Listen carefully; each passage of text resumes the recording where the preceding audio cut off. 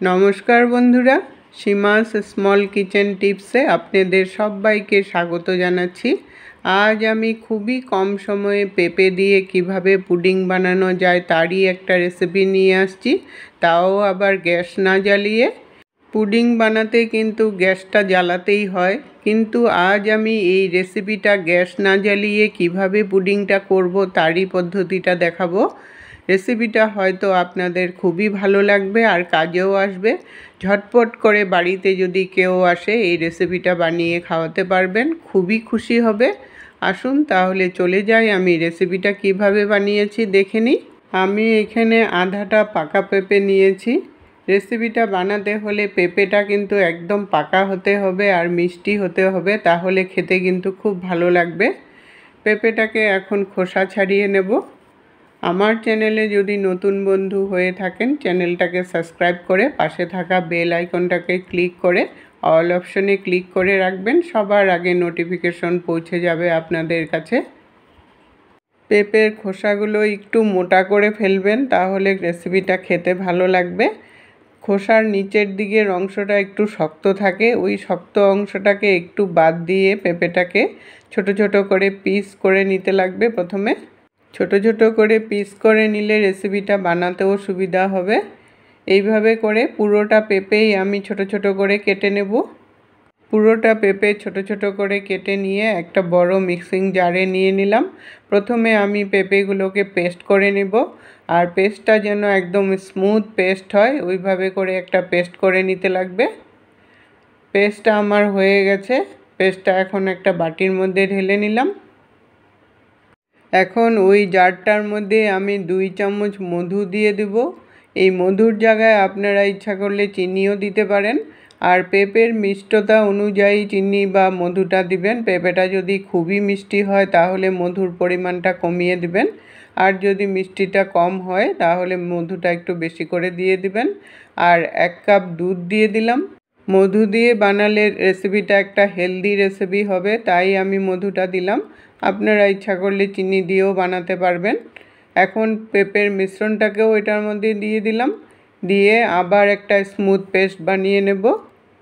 পেস্টটা আমার হয়ে গেছে, আবার বাটির মধ্যে আমি ঢেলে নিলাম। এই রেসিপিটা বানাতে হলে পেঁপেটা বেশি করে দিবেন, তাহলে রেসিপিটা একদম পারফেক্ট হবে। বাকি পেঁপেগুলো আমি পেস্ট করে এটার সাথে মিশিয়ে দিলাম। পেঁপেটা দেখুন আমার বেশি হয়েছে, আর দুধটা কিন্তু 1 কাপই দিয়েছি। পেঁপেটা বেশি দিলে দুধটা কম দিলে রেসিপিটা সুন্দর জমাটটাও বাঁধবে সুন্দর করে। এখন পুরো মিশ্রণটাকে আবার একটু মিশিয়ে নিলাম ভালো করে, যাতে সব কিছু ভালোভাবে মিক্স আপ হয়ে যায়, দুধ আর পেঁপেটা ভালো করে মিশিয়ে নিয়ে তারপর এখানে আমি কয়েকটা কিশমিশ আর আলমন্ড সব কুচি করে নিয়েছি। খুব কুচি করে নেবেন, তাহলে খেতে ভালো লাগবে। কিশমিশগুলো দেখুন একদম কুচি করে নিয়েছি। ছোট ছোট কুচি করে নিলে মিশবেও ভালো করে, আর মুখে পড়লে তখন খেতেও ভালো লাগবে। আপনারা ইচ্ছা করলে অন্য কোনো ড্রাই ফ্রুটসও দিতে পারেন, খেজুর, চেরি, কাজু বাদাম এসব সব কুচি করে দিতে পারেন, তাহলে খেতে কিন্তু খুবই ভালো লাগবে। সব কিছু দিয়ে তারপর আবার ভালো করে মিশিয়ে নেব, যাতে সব ভালোভাবে মিক্স হয়ে যায়। মিশিয়ে নিয়ে তারপর যেটার মধ্যে আমি পুডিংটা বসাবো, ছোট কয়েকটা বাটি নিয়েছি। আপনারা ইচ্ছা করলে বড় বাটির মধ্যেও বসাতে পারবেন। বড় বাটির মধ্যে বসালে কেটে কেটে পিস পিস করে দিতে পারবেন, আর ছোট বাটির মধ্যে বসালে একটা বাটি দিলেই একজনের খাওয়া হয়ে যাবে। এই গরমের সিজনে এই ঠান্ডা ঠান্ডা এই রেসিপিটা খেতে কিন্তু দুর্দান্ত লাগে। আপনারা একবার হলেও ট্রাই করে দেখুন। যারা পেঁপে খেতে ভালোবাসেন তাদের কাছে তো রেসিপিটা খুবই ভালো লাগবে। এরকম বাটির মধ্যে ভর্তি করে করে দিয়ে তারপর আমি 1 ঘন্টা মতো রেখে দিলেই কিন্তু সুন্দর জমে যায়। এটা না কোনো ফ্রিজও লাগবে, না কোনো কিছু ওভেনও লাগবে, এমনিই এটা জমে যায়। আপনারা একবার হলেও ট্রাই করে দেখুন রেসিপিটা। 1 ঘন্টা পর আপনাদের ঢাকনা খুলে দেখাচ্ছি।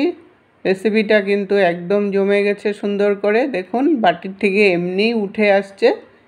আর যেহেতু এটা চীনামাটির বাটির মধ্যে বসানো, তাই তাড়াতাড়িও আরও উঠে যাচ্ছে। কোনো কিছু আমি বাটারও লাগাই নেই, তেলও লাগাই নেই, তথাপিও সুন্দর করে এটা উঠে আসে। একটা প্লেটের মধ্যে নিয়ে নিলাম।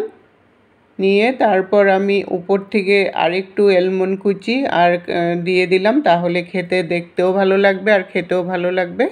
একটা প্লেটের মধ্যে ঢেলে দেখাচ্ছি কতটা সুন্দর হয়েছে। দেখুন কি সুন্দর করে ঘুরছে একদম প্লেটের মধ্যে। খুবই ভালো লাগে রেসিপিটা বানাতে। উপর থেকে উল্টিয়ে নিয়ে তারপর আমি উপরে এলমন্ড কুচি আরেকটু দিয়ে দিলাম, তাহলে দেখতেও ভালো লাগবে আর খেতেও ভালো লাগবে। আমি কেটে পিস করে দেখাচ্ছি কতটা সুন্দরভাবে জমাট বেঁধে গেছে জিনিসটা। দেখুন একদম সুন্দরভাবে কেটে চলে আসছে একটা পিস। এইভাবে করে কেটে আপনারা বাটিতে আলাদা করে করে পিস করেও দিতে পারেন। রেসিপিটা কেমন লাগলো বন্ধুরা কমেন্ট করে জানাবেন। যদি ভালো লাগে লাইক দিয়ে সবার সাথে শেয়ার করে দিবেন যাতে সবার উপকারে আসে। আজকের টিপস, পাকা পেঁপেতে প্রচণ্ড পরিমাণে ভিটামিন থাকে আর পাকা পেঁপে স্কিনের জন্য কিন্তু খুব ভালো, তাই রোজ পাকা পেঁপে খাওয়ার চেষ্টা করবেন। এতক্ষণ সঙ্গে থেকে বহুমূল্য সময় দিয়ে আমার ভিডিওটা দেখার জন্য অসংখ্য ধন্যবাদ বন্ধুরা। আবার দেখা হবে নতুন রেসিপির সাথে। সুস্থ থাকুন, ভালো থাকুন।